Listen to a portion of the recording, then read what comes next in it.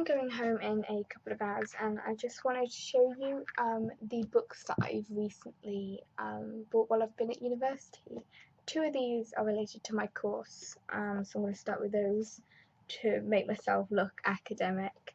The first one is the Communist Manifesto by Karl Marx and Friedrich Engels, I studied sociology, so I studied kind of Marxism and stuff before, and I have read the Communist Manifesto before, but this one has a really huge introduction, because obviously the actual main manifesto is like tiny, but I want to read the introduction. I'm obviously studying English literature, but obviously Marxist kind of theory comes into it a lot, and especially when I was looking at Kafka's Metamorphosis, I was looking at kind of Marxist interpretations with alienation and things like that. And I was actually going to do an essay on Metamorphosis. I suddenly can't say it, and that's why I got the Communist Manifesto. Betty Friedan, The Feminine Mystique. I love this book. You can't really see. I've done a couple of highlighters. I'm planning to use this for an essay that I'm writing. The essay that I'm now writing is Femininity in the Tempest and Women on the Edge of Time by Marge Piercy.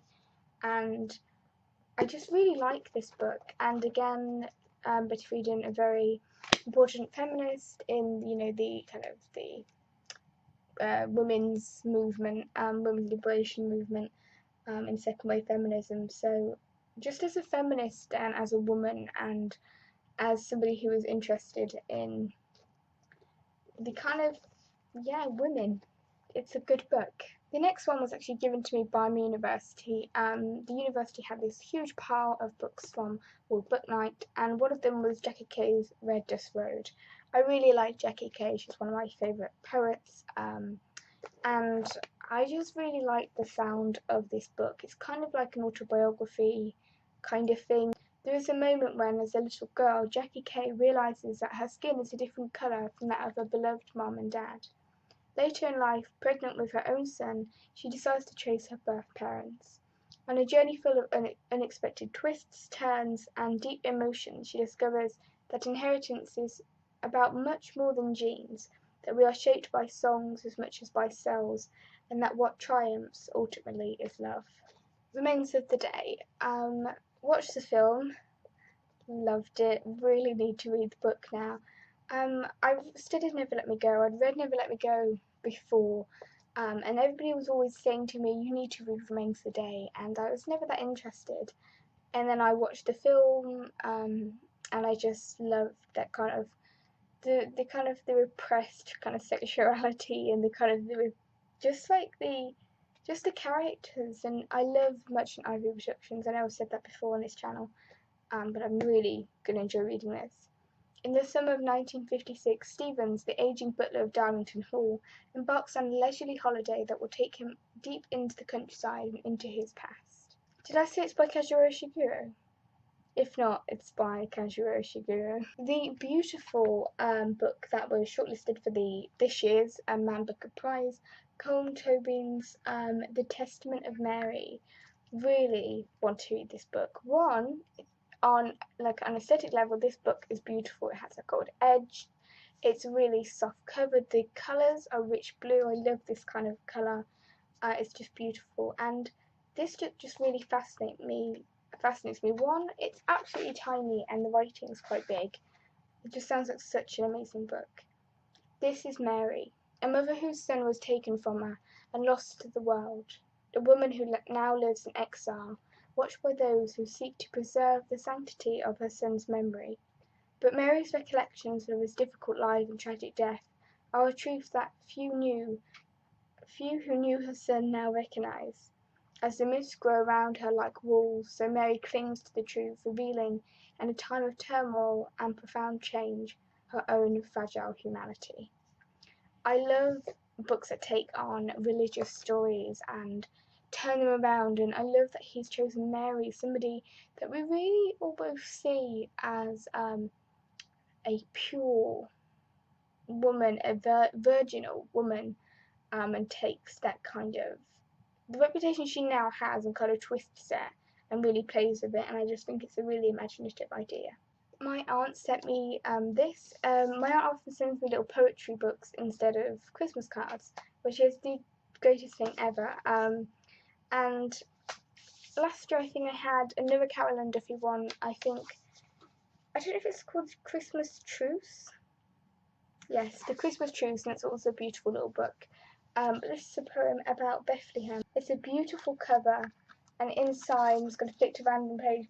Oh, that's not.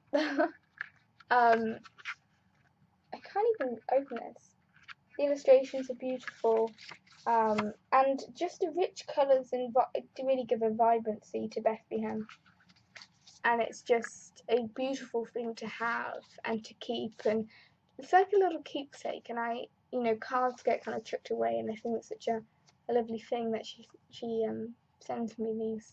This book is a book that I've been wanting to read for a very long time. The Lion, the Witch and the Wardrobe by C.S. Lewis.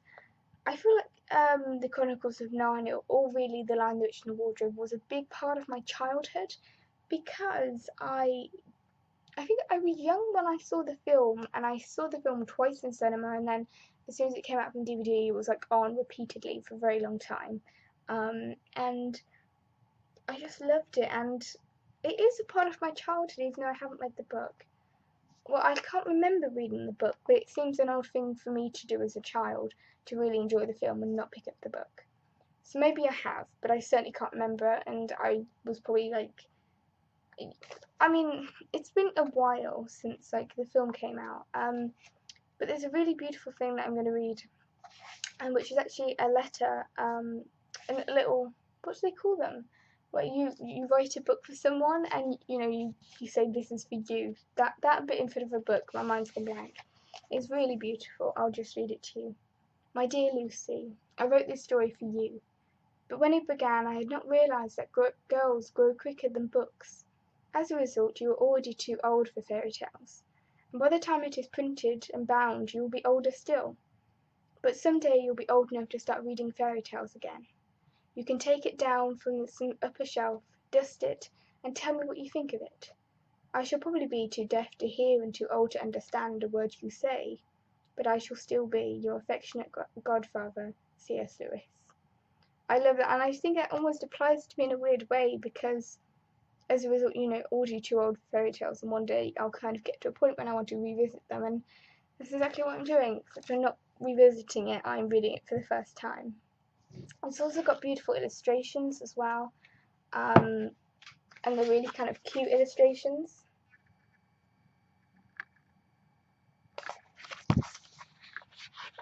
And the cover as well, I chose this cover because this is actually a modern, I think they call it like the Narnia Modern Edition, but because I just think it's a really beautiful cover.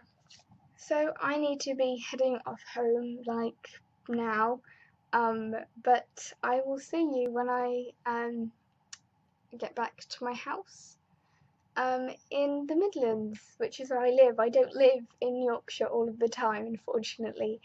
But it's gonna be weird because all of my stuff, that is used to be at home is now here. Like my wall, all of this, well not all of this actually, my map and a couple of things used to be at home. And I'm gonna be going back and they're just not gonna be there. So next time I make a video, my wall will just be completely blank. But I need to do book reviews. Hope you'll get around to doing that, and I hope to kind of carry on making videos when I'm at home, because I'm at home for a long period of time. I'm at home until kind of mid-January. I have a long time off. I do have essays and stuff to do, but yeah, it's going to be fun. I hope you have a lovely day, week, month, year, and hopefully I will see you very soon. Bye.